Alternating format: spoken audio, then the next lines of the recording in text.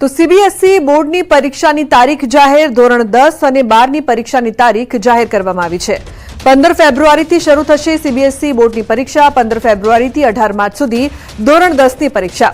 તો 15 ફેબ્રુઆરીથી 4 એપ્રિલ સુધી ધોરણ 12ની પરીક્ષા। 8000 શાળામાં 44 લાખ વિદ્યાર્થીઓ પરીક્ષા આપશે।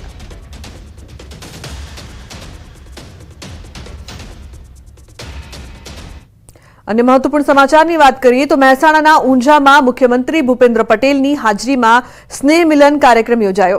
આ કાર્યક્રમમાં મંત્રી ઋષિકેશ પટેલ સહિતના નેતાઓ ઉપસ્થિત રહ્યા હતા। ત્યારે મુખ્યમંત્રી ભૂપેન્દ્ર પટેલે કહ્યું કે તમે જે રાહ જુઓ છો એ બંને રાજ્યમાં ભાજપ આવશે। આ સાથે તેમણે કહ્યું કે આજે આપણા દેશ અને આપણા પાસપોર્ટની વેલ્યુ વધુ છે। પ્રધાનમંત્રી મોદીને 19 દેશોમાં સર્વોચ્ચ સન્માન મળ્યું છે। તમે જેની રાહ જોઈ રહ્યા છો ને એ બે રાજ્યોમાં ભારતીય જનતા પાર્ટી આવવાની છે, ચિંતા ના કરો તમે। માનનીય વડાપ્રધાન શ્રીને સર્વોચ્ચ સન્માન 19 દેશોમાં મળ્યું। 19 દેશોમાં, એમાં યુએસએ આવી જાય, રશિયા આવી જાય, યુએઈ આવી જાય, એટલે 19 દેશોએ માનનીય વડાપ્રધાન શ્રીનું સર્વોચ્ચ સન્માન કર્યું છે।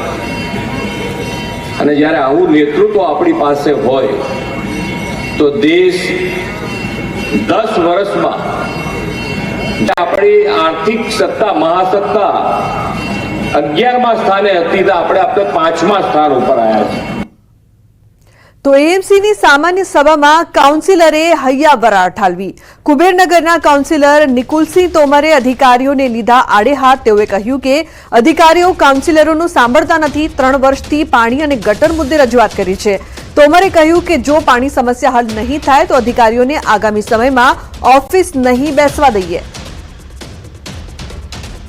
पिछले 3 साल से जब से मैं सदन में आया हूँ और मैं जीता हूँ, तब से मैं विस्तार में पानी की समस्या को लेकर रोज बारंबार आप लोगों को शिकायत करता हूँ। बोर्ड में करता हूँ, ऑफिस में जाके करता हूँ, लिखित में करता हूँ, थोड़ा बोली करके करता हूँ, पर फिर भी आप लोगों को कोई फर्क नहीं पड़ता। अधिकारियों को मुझे ऐसा लगता है ये मेरे से क्राइम कराना चाहते हैं कि 5 साल में एक कॉर्पोरेटर के ऊपर तो ऐसा केस हो कि जिसने डेप्यूटी कमिश्नर के ऊपर या किसी ऊपर हाथ उठाया। इन लोगों ने हद मचा रखी है कि एक महीना पानी और गटर की समस्या देने के बावजूद भी इन लोगों से काम नहीं होता है। તો આણંદ જિલ્લાની તમામ પાલિકાની આગામી દિવસોમાં ચૂંટણી યોજાશે। ત્યારે ચૂંટણીને લઈને વહીવટી તંત્ર દ્વારા તડામાર તૈયારીઓ શરૂ કરી દેવામાં આવી છે। આંકલાવ, ઉમરેઠ, બોરિયાવી, વિદ્યાનગર અને કરમસદ સહિતની પાલિકાની ચૂંટણી યોજાશે, જેને લઈને રાજ્ય ચૂંટણી પંચે જિલ્લા ચૂંટણી અધિકારીઓને વોર્ડ બેઠક અને સીમાંકનની પ્રક્રિયા પર કાર્યવાહી કરવા સૂચિપત્ર મોકલી આપ્યું છે, જે આગામી તમામ 5 પાલિકાની યોજાનાર ચૂંટણીમાં રાજ્ય ચૂંટણી પંચના આદેશ મુજબ લાગુ કરવામાં આવશે। એટલે આંકલાવ નગરપાલિકામાં ચૂંટણી પંચ દ્વારા અનુસૂચિ 2 પ્રસિદ્ધ કરવામાં આવેલ છે અને એ અનુસાર આંકલાવ નગરપાલિકા માટે 6 વોર્ડ અને કુલ 24 બેઠકો નિર્ધારિત કરવામાં આવેલ છે। જે અનુસાર અનુસૂચિત જાતિની 1 બેઠક જે સ્ત્રી અનામત, અનુસૂચિત આદિજાતિની 0 બેઠક, પછાત વર્ગની 6 બેઠકો, એ પૈકી 3 બેઠકો સ્ત્રી અનામત અને કુલ 15 બેઠકો અનામત છે। આપણી જે આગામી નગરપાલિકાની ચૂંટણીઓ આવનાર છે તેમાં વોર્ડનું સીમાંકન તથા અનામત બેઠકોની ફાળવણી જાહેર કરવામાં આવી છે। રાજ્ય ચૂંટણી આયોગ દ્વારા તેનું વિગતો જાહેર કરી અને આપણે દરેક કચેરી છે તેના નોટિસ બોર્ડ પર પણ એની જાહેરાત કરવામાં આવી છે। કયા કયા વોર્ડમાં ચૂંટણી, કયા વોર્ડમાં કેટલી જનસંખ્યા છે અને કઈ બેઠકો અનામત છે તે બાબતનો નિર્ણય લેવામાં આવેલો છે હાલ। તો રાજકોટમાં સિવિલ હોસ્પિટલની ઘોર બેદરકારી સામે આવી છે। વોર્ડના રસોડા પાસે રઝળતો જોવા મળ્યો દર્દી। વોર્ડ નંબર 2માં દાખલ દર્દીના પગમાં ફ્રેક્ચર હતું। નિસહાય હાલતમાં દર્દી જોવા મળ્યો હતો। તો વોર્ડના રસોડામાં દર્દી અહીં જોવા મળી રહ્યો છે, જેને પગમાં ફ્રેક્ચર છે, છતાં હોસ્પિટલની ગંભીર બેદરકારી અહીં જોવા મળી રહી છે। તો સિવિલ હોસ્પિટલની ઘોર બેદરકારીના દ્રશ્યો અત્યારે આપ જોઈ રહ્યા છો। વોર્ડના રસોડા પાસે રઝળતો દર્દી જોવા મળ્યો, જેને કોઈ પણ પ્રકારની સમયસર સારવાર આપવામાં ન આવી। તો અહીં જોઈ શકાય છે કઈ રીતે સિવિલ હોસ્પિટલમાં એકવાર ફરી બેદરકારી સામે આવી રહી છે। રાજકોટના દ્રશ્યો છે। વોર્ડના રસોડા પાસે અહીં રઝળતો દર્દી જોવા મળી રહ્યો છે। અને મહત્વપૂર્ણ સમાચાર દાહોદથી ડોક્ટરની બેદરકારીથી મહિલાના મોતનો આક્ષેપ. ખાનગી હોસ્પિટલમાં ડિલિવરી બાદ મહિલાનું મોત નીપજ્યું. દસલા ગામની મહિલાને ડિલિવરી માટે લવાઈ હતી. ડિલિવરી બાદ મહિલાને બ્લડની જરૂર હોવાનું કહીને પરિવારજનોને બહાર મોકલ્યા. મહિલાને મૃત હાલતમાં સરકારી હોસ્પિટલમાં ખસેડી દીધાનો આક્ષેપ થઈ રહ્યો છે. પરિવારજનોએ દાહોદ એ ડિવિઝન પોલીસ મથકે જાણ કરી છે. સવારમાં અમે દવાખાને લાવ્યા, ઠાકોરને દવાખાને સાહેબ. પછી એ ઓપરેશન કર્યું 5:30 વાગે. પછી સિરિયસ કરીને છોકરાનો જન્મ કર્યો. પછી અમને લોહી લેવા મોકલ્યા. પછી અમે લોહી લેવા ગયા તો એ લોકોએ જબરજસ્તી ગાડીમાં એમ્બ્યુલન્સ બોલાવી અને બેહાડીને અહીંયા સરકારી દવાખાનામાં ખસેડી આપ્યા. પછી અમે અહીંયા આવે ત્યાંથી મૃત્યુ જ પામેલું આવેલું એમ. ડૉક્ટરે એવું કીધું લોહી લાવવું પડશે. તો મારી ભાભીના ભાઈ લોહી લેવા માટે ગયા. તો પછી લોહી હમો લઈને આવીએ એમ કહેર્યા. તો આ ડૉક્ટર ઠાકોર સાહેબ એવું કહે છે ક્યારે તમારું લોહી આવશે ને લોહી અમારું આવે અહીંયા રહેવા દો એમ કીધું. છતાં ઠાકોર સાહેબ નહીં માન્યા અને મારી ભાઈની વહુને અમે નહીં હતા તો એને પોતે ખાટલામાં સુવાડી અને બેને સુવાડીને મારી ભાઈની વહુને ગાડીમાં બેસાડી. મારા હાથમાં બાળક હતું અમે કોઈ પકડનાર નહીં હતા અને મારી ભાભીને એને પોતે ગાડીમાં બેસાડી. ઠાકોર હોસ્પિટલમાં દાખલ કરવામાં આવી.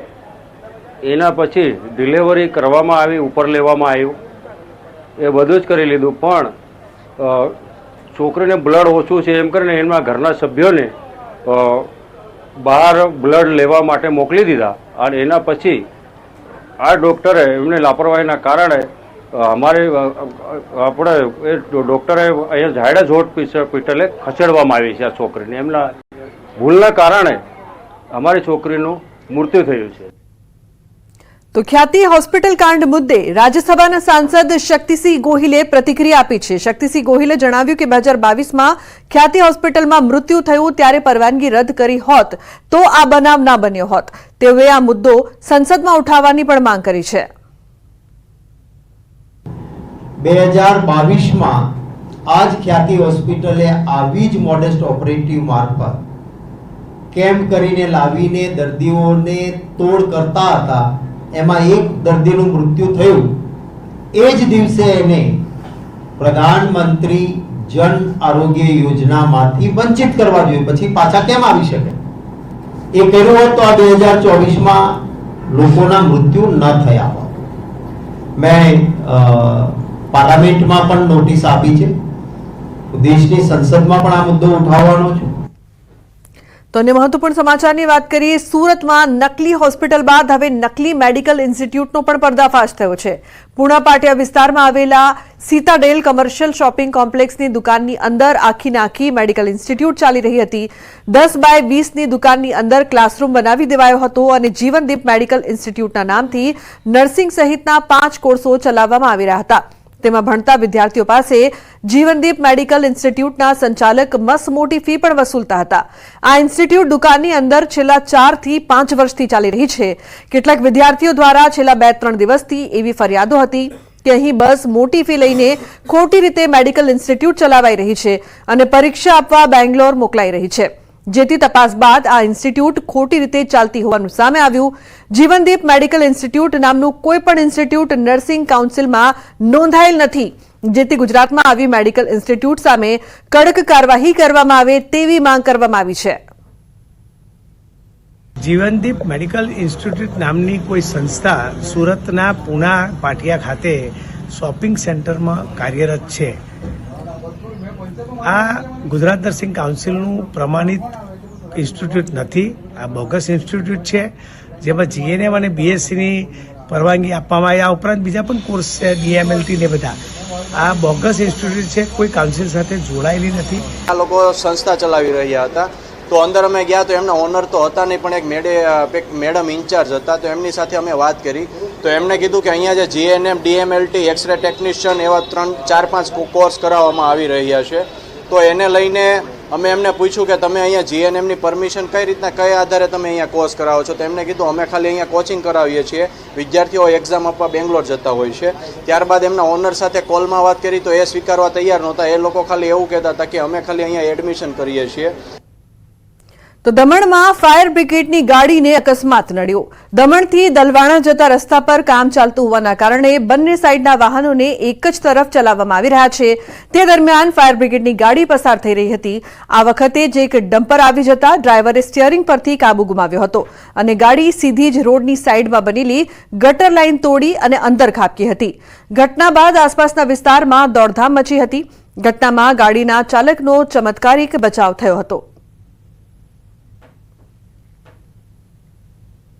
તો સાબરકાંઠાના ગાંભોઈ પોલીસ સ્ટેશનની હદમાં બે અકસ્માતની ઘટના બની છે. ગાંભોઈથી રણાસણ હાઈવે પર બાઇક ચાલકે રાહદારીને ટક્કર મારી. ગાંભોઈના રામપુરા નજીક બાઇકની ટક્કરથી રાહદારી ચૌહાણ દિલીપસિંહ ધૂળસિંહ નામના યુવાનનું ઘટના સ્થળે મોત નીપજ્યું. અન્ય બાઇક ચાલકને ઇજાઓ થતા સિવિલ હોસ્પિટલ ખસેડાયો છે. બીજી અકસ્માતની ઘટનામાં ઇકો ચાલકે વાવડી ગામના રાહદારીને ટક્કર મારતા ઘટના સ્થળે મોત નીપજ્યું.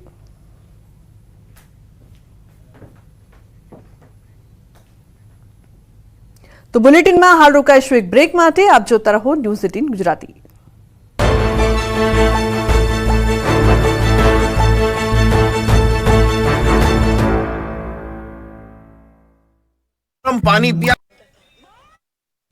સુરત શહેરમાં મનપા દ્વારા કરાયું મેગા ડિમોલેશન. લીંબાદ ઝોન દ્વારા મારુતિનગર મદીના મસ્જિદ સુધીના દબાણો દૂર કરાયા. દુકાનોની બહારના ચણતર પણ હટાવાયા. ચુસ્ત પોલીસ બંદોબસ્તની સાથે કરાઈ કામગીરી.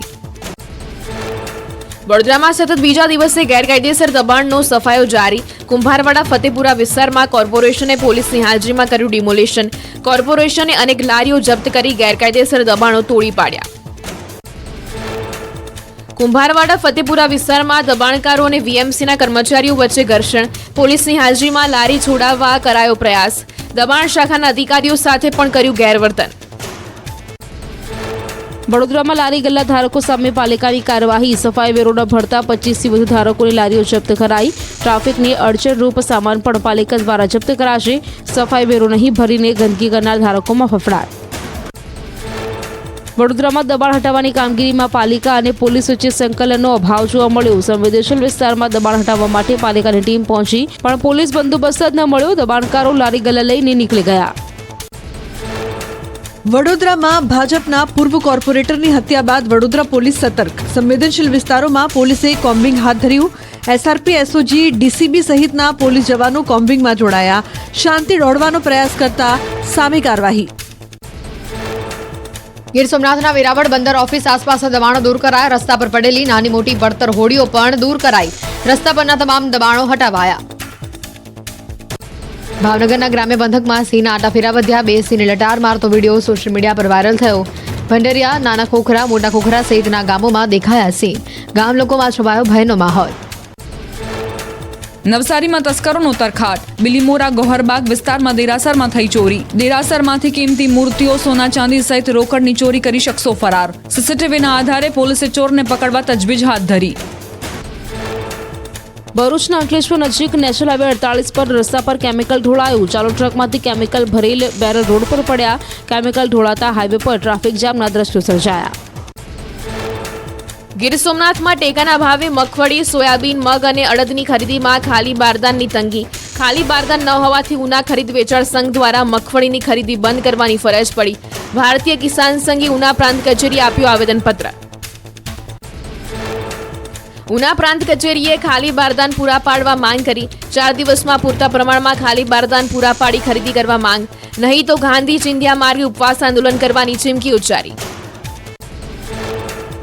રાજકોટ જિલ્લાના જસદણમાં ટેકાના ભાવે મગફળીની ખરીદી શરૂ કરવા માંગ. કેબિનેટ મંત્રી કુંવરજી બાવળેના જ વિસ્તારમાં મગફળીની ટેકાના ભાવે નથી થતી ખરીદી.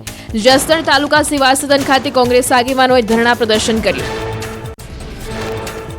અમરેલીના બાબરા માર્કેટિંગ યાર્ડમાં મગફળી વેચવા ખેડૂતોનો ધસારો. મગફળીના મણ દીઠ 1350 રૂપિયા ભાવ મળતા ખેડૂતોમાં ખુશીનો માહોલ. મોડી રાતથી ખેડૂતો મગફળીનું વેચાણ કરવા લાંબી કતારોમાં જોડાયા. તમિલનાડુના નાગપટ્ટનમમાં મેઘાની તોતિંગ બેટિંગ કડાકા ભડાકા સાથે વરસાદ વરસતા રસ્તા પર પાણી વહેતા થયા. શિયાળાની શરૂઆતમાં ધોધમાર વરસાદની એન્ટ્રી થતાં અષાઢી માહોલ જામ્યો. તમિલનાડુના થિરુવરુરમાં પણ મેઘરાજાની એન્ટ્રી, વરસાદ વરસતા રસ્તા પર પાણી વહેતા થયા. વાતાવરણ ખુશનુમા બન્યું. જમ્મુ કાશ્મીરમાં પાનખર ઋતુનું આગમન, કુદરતી જાણે પીળી ચાદર ઓઢી હોય તેવા દ્રશ્યો સર્જાયા. પાનખરમાં કાશ્મીરની સુંદરતા નિખરી ઉઠી. મોટી સંખ્યામાં પ્રવાસીઓ પ્રાકૃતિક સૌંદર્ય માણવા ઉમટ્યા. ગુજરાતમાં કાતિલ ઠંડીનો રાઉન્ડ શરૂ. આગામી 24 કલાકમાં ઠંડી.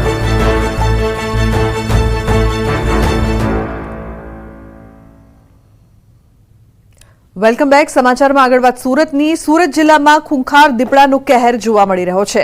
બારડોલીના મઢી ગામે દીપડો દેખાયો. મઢી વાસ્કુઈ રોડ પર દીપડો દેખાયો હતો. રાત્રિ સમય દરમિયાન વોલ ઉપર લટાર મારતા દીપડાનો વિડીયો વાયરલ થયો છે. રસ્તા ઉપરથી પસાર થતા વાહન ચાલકે દીપડાનો વિડીયો કેમેરામાં કેદ કર્યો છે. દીપડો દેખાતા ગ્રામજનોમાં ફફડાટ. સમગ્ર ઘટનાની જાણ વન વિભાગને કરવામાં આવી. તો દીપડાનો વિડીયો હાલ વાયરલ થઈ રહ્યો છે. બારડોલી પંથકમાં ખૂંખાર દીપડાના આંટાફેરા જોવા મળતા લોકોમાં ભયનો માહોલ જોવા મળી રહ્યો છે. પાકિસ્તાનની જેલમાં ભારતીય માછીમારનું મોત નીપજ્યું છે. કોડીનારના 38 વર્ષીય માછીમારનું મોત થયું છે. 23 નવેમ્બરે મૃતકનો મૃતદેહ વતન આવશે. તો ફિશરીઝ વિભાગ દ્વારા તેમના પરિવારને મૃતદેહ સોંપાશે. કોડીનારના નાનાવાડા ગામના હરિભાઈ સોચા નામના માછીમારનું મોત નીપજ્યું. જોકે માછીમારના મોતનું કારણ અકબંધ છે. જૂનાગઢમાં સફાઈ કર્મચારીનું કારસ્તાન સામે આવ્યું છે. કેદીઓને બીડી તમાકુનો જથ્થો પહોંચાડતો હતો. જિલ્લા જેલમાં સફાઈ કર્મચારીનું કારસ્તાન જોવા મળ્યું. કચરાની વાનમાં છુપાવતો હતો તમાકુનો જથ્થો. જિલ્લા જેલના સ્ટાફ દ્વારા ચેકિંગ કરાતા બીડી, તમાકુ તેમજ ચૂનાની પડીકી પણ મળી આવી. કચરાના વાનના ચાલક મહેશ વાઘેલા તેમજ કેદી અશોક વિરુદ્ધ ગુનો દાખલ કરાયો છે.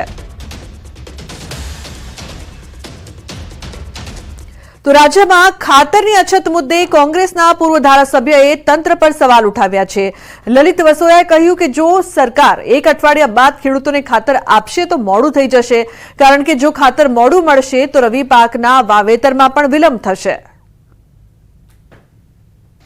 રવિ પાક સિઝન માટે વાવેતરનો સમય 8 દિવસની અંદર પૂરો થઈ જશે. આ કૃષિ મંત્રી શ્રી પણ જાણે છે. ત્યારે ખેડૂતોએ રવિ પાકના વાવેતર માટે તાત્કાલિક ખાતરની જરૂરિયાત છે. રાજ્ય સરકારે ગમે ત્યાંથી ગુજરાતના ખેડૂતોને આ જથ્થો પૂરો પાડવા માટેના પ્રયત્ન કરવા જોઈએ. સાબરકાંઠા જિલ્લાના ખેડૂતો માટે ખુશીના સમાચાર. ધરોઈ ડાબા કાંઠાની કેનાલમાં સિંચાઈ માટે પ્રથમ પાણી છોડવામાં આવ્યું છે. રવિ સિઝનમાં ખેડૂતોની સિંચાઈ માટે 6 પાણ આપવાનું આયોજન કરવામાં આવ્યું છે. આ પાણીથી હિંમતનગર, ઈડર અને વડાલી તાલુકાના 93 ગામોમાં 4000 હેક્ટર જમીનમાં ખેતીની સિંચાઈનો લાભ મળી રહેશે. સાબરકાંઠા સિંચાઈ વિભાગ દ્વારા રવિ સિઝનમાં ખેતીમાં સિંચાઈ માટે સલાહકાર સમિતિની માંગણીને લઈને જળાશયોમાંથી સિંચાઈ માટે પાણી આપવાનું આયોજન કરવામાં આવ્યું. ત્યારે સાબરકાંઠામાં ધરોઈ જળાશયમાં ડાબા કાંઠાની કેનાલમાં 6 પાણી આપવાના આયોજન પૈકી પ્રથમ પાણીમાં 50 ક્યુસેક છોડવામાં આવ્યું છે. ક્રમશઃ 350 ક્યુસેક સુધી પાણી છોડાશે. વડાલીના 13, હિંમતનગરના 15, ઈડરના 65 ગામોમાં 4000 હેક્ટર વિસ્તારમાં ખેતીને સિંચાઈનો લાભ મળશે. ધરોઈ ડાબા કાંઠા કમાન્ડ વિસ્તારમાં રવિ સિઝન માટે આજરોજ 6 પાણ પૈકીમાંથી 1 પાણ આજે 50 ક્યુસેક જેટલું છોડવામાં આવેલ છે. જેનાથી જેમાં ખેડૂત ખાતેદારશ્રીઓની માંગણીને ધ્યાને લઈ ક્રમશઃ સદર પાણીમાં 300 થી 350 ક્યુસેક જેટલો પાણીમાં વધારો કરવામાં આવશે. મહત્વપૂર્ણ સમાચાર વડોદરાથી. વડોદરામાં બબાલ હત્યા બાદ સીપીની કાર્યવાહી. કારેલીબાગ પોલીસ સ્ટેશનના સ્ટાફની બદલી કરાઈ. 2 પીઆઈ સહિત 17ની સામૂહિક બદલી કરવામાં આવી છે. નાગરવાડા જૂથ અથડામણ અને યુવાનની હત્યા બાદ સીપીની કાર્યવાહી. હવે ચર્ચા એ વાતની થઈ રહી છે કે 60ના સ્ટાફમાંથી માત્ર 17ની જ બદલી કેમ કરવામાં આવી? દાખલો બેસે તેવી કાર્યવાહી ન કરાતા અનેક સવાલો ઉઠી રહ્યા છે. બદલી કરી એમાં પણ વાલા દ્વાલાની નીતિ અપનાવી હોવાની પોલીસ બેડામાં ચર્ચા થઈ રહી છે. તો વડોદરામાં ભાજપ નેતાના પુત્રની હત્યાના મામલે હત્યારા બાબરને સાથે રાખીને રીકન્સ્ટ્રક્શન કરાયું છે. એસએસજી હોસ્પિટલમાં ઘટનાનું રીકન્સ્ટ્રક્શન કરવામાં આવ્યું છે. બાબર પઠાણે પોલીસ સમક્ષ સમગ્ર ઘટનાક્રમ વર્ણવ્યો હતો. રીકન્સ્ટ્રક્શન દરમિયાન બાબરના નિવેદનની વિડીયોગ્રાફી કરાઈ. હત્યાને નજરે જોનાર 2 સાક્ષીઓને પણ પોલીસે સાથે રાખ્યા. તો પોલીસે એસએસજીના કેન્ટીન સંચાલક સહિત 2 સાક્ષીઓના નિવેદન લીધા.